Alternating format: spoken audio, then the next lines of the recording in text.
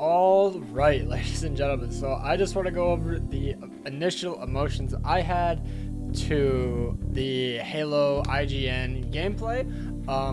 I also want to just say, very well done by Miranda Sanchez, the person who went over it and did the video and all that. So it either sounds like she really knew the series or did a lot of research. She knew the backstory. She knew, all the intertwinements of the Banished and, Cortana and Chief's relationship. And yeah, she actually knew what she was doing. So well done to her. They probably actually found someone that actually knew what Halo was, because of the backlash for the Halo Infinite multiplayer review like a week or two ago. That was not the greatest, but we're here, and I just wanted to say that the bosses, the right hand or whatever they're called, the Will of Atriox, I can't remember exactly what they're called, but we see Tremonius, I assume, Escharum, and the Elite that keeps eluding my name or my thought that I just can't think of what it was. But they all look absolutely amazing, and I just couldn't be more blown away. Also, I'm trying to look at the name, and I just can't find it. But yeah, anyways, with all the campaign stuff, it looks absolutely beautiful. Like, I don't know what else I would want besides, I can't even think of anything, because like it was so expansive, but it's not super massive. Like, as I said in my previous video, it kind of just reminded me of the Jedi one, Fallen Order, where, it's just like really expansive. There's cosmetic stuff that you can get. I believe there is cosmetic stuff in the game that you can get as well. I believe they said that, or at least I guess I believe Miranda said that. There's logs, there's skulls. Obviously they're very hard to find. There's quite a bit of them. You actually have to traverse the entire map and explore, because that's what a lot of people wanted in a lot of the Halo games, because they just didn't get that with the previous Halo games. And so yeah, they genuinely want to be able to explore.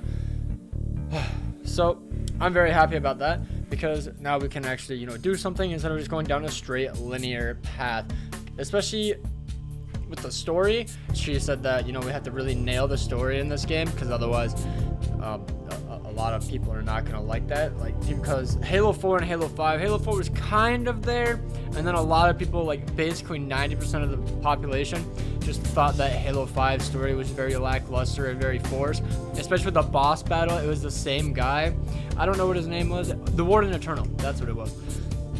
He just didn't seem like, I liked him in the first one, because I've only watched the campaign through the entire thing. When it first dropped, like a week or two after, I've only watched it. I didn't want to pay $60 to play it. And he appeared like 4 or 5 times or something. Like, that is very repetitive. I don't think a singular boss fight ever repeats in any other Halo, like, unless you count a Scarab, but I would not count a Scarab as a boss battle. But with the way they're doing it in Halo Infinite, it looks like there are 8 people that are designed to be the Will of Atriox, or like the bosses. There's like, I assume they're going to be the mini bosses, and then Escharum is going to be the main final boss, and hopefully we get a teaser or something of Atriox, because I saw Hidden Xperia and all these other big YouTubers saying that it would make a lot of sense that since they literally have the hologram of Atriox, like fully graphically there, it's not just like a floating head or something.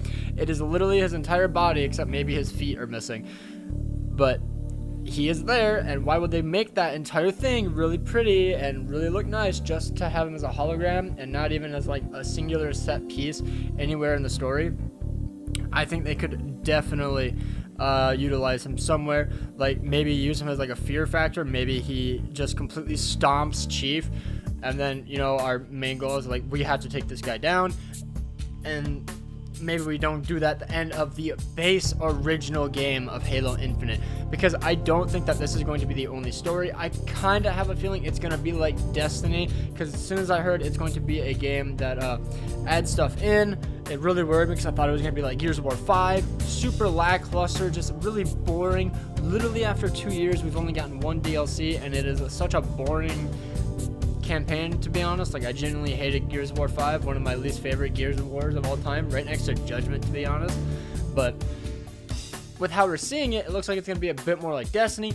hopefully you don't have to pay too much. I know that a lot of DLC is going to be paid and the campaign is paid, but the game overall is free to play. I don't know if Destiny is like that. I can't remember if the game is $60 still or whatever, but I am truthfully fine with having to pay the money if they don't lock everything behind a bunch of crates and stuff, because they could go down the route because they alluded to the flood being in Halo Infinite.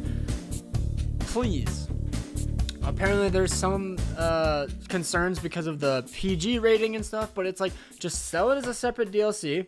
Say it's really gory, because I genuinely want it to be gory.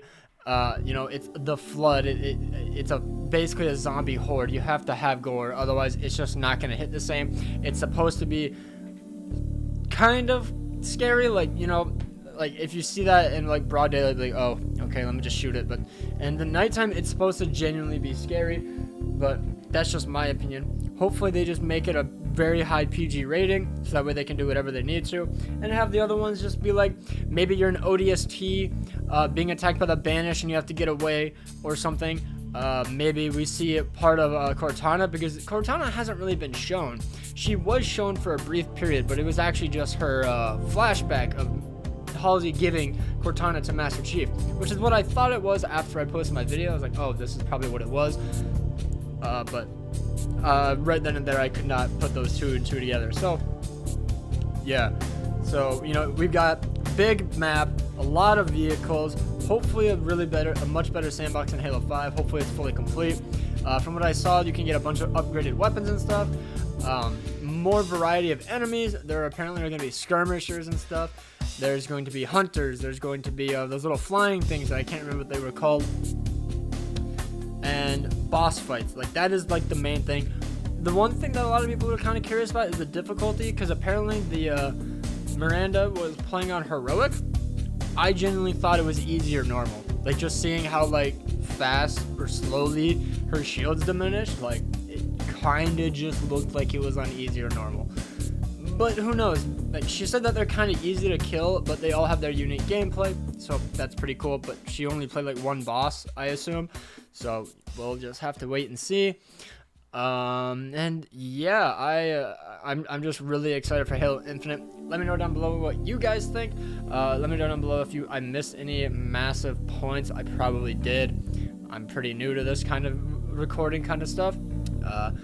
Mainly just play other games, just straight up playing the game, not actually going over anything. So let me know down below. Hopefully you guys enjoyed. Subscribe, that'll be greatly appreciated, and can't wait till Halo Infinite drops. Also, apparently there are leaks of Halo Infinite multiplayer dropping on the 15th, so be ready for that.